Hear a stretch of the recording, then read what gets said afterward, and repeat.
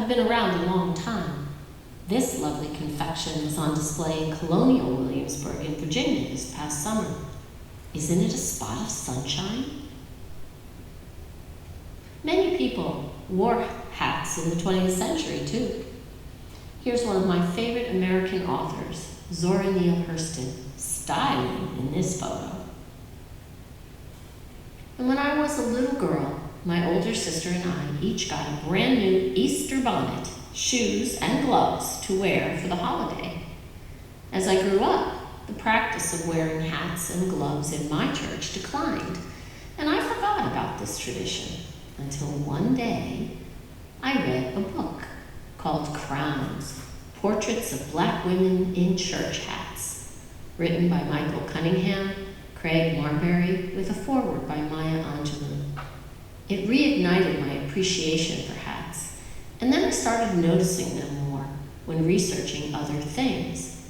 That singer Ella Fitzgerald on the left in 1949, wearing a crown all right. And then, one fateful day, I walked into a thrift store looking for something else. And across the room, I saw it on a shelf, a bright red delight, a Mary Poppins kind of hat. I bought it because it made me smile, inside and out. Then funny things started to happen. The following week, I found a hat box on my chair at work. "I see you like hats," said the card with it. Then a package would arrive in the mail with a note. "My sister Nancy had these from a friend and was talking about what to do with them. I said, I know exactly." And so the hats came to me, multiplying like bunny rabbits. Over time, my collection grew. I started to have more fun. I wore a crab hat to greet people one day. "Are you feeling crabby today? I know just how you feel." And then they smiled too. When I was a new director of religious exploration, it became easier for members and visitors to find me in the crowd. I was the lady in that hat. And when I wear hats, other people start to wear their hats too. Though Patsy and I might wear hats on any given Sunday, we are not the only ones who like them. Around Easter time, there are other people who create fancy hats. In 1948, a movie and a song by Irving Berlin, both called Easter Parade, came out in the U.S. It inspired people. After eating their holiday meal, they paraded down the street to show off their hats and new clothes like they did in the movie. And people sang that song every Easter time after. So as I thought about this Easter, I decided to decorate a hat with the symbols of the holiday.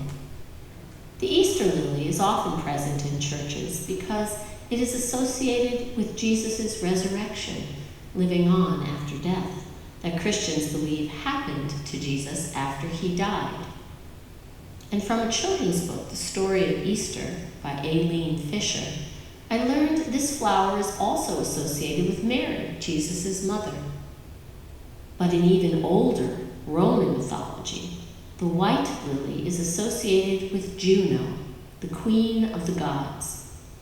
There's a story about the time when Juno was breastfeeding her baby son, Hercules, and some milk fell from the sky. The part that remained above the earth was the beginning of the Milky Way, that wonderful pathway of stars in the night sky. The rest fell to the earth and led to the blooming of beautiful white lilies. Did you spy the origami lily I made for my hat? And eggs are an ancient symbol of new life.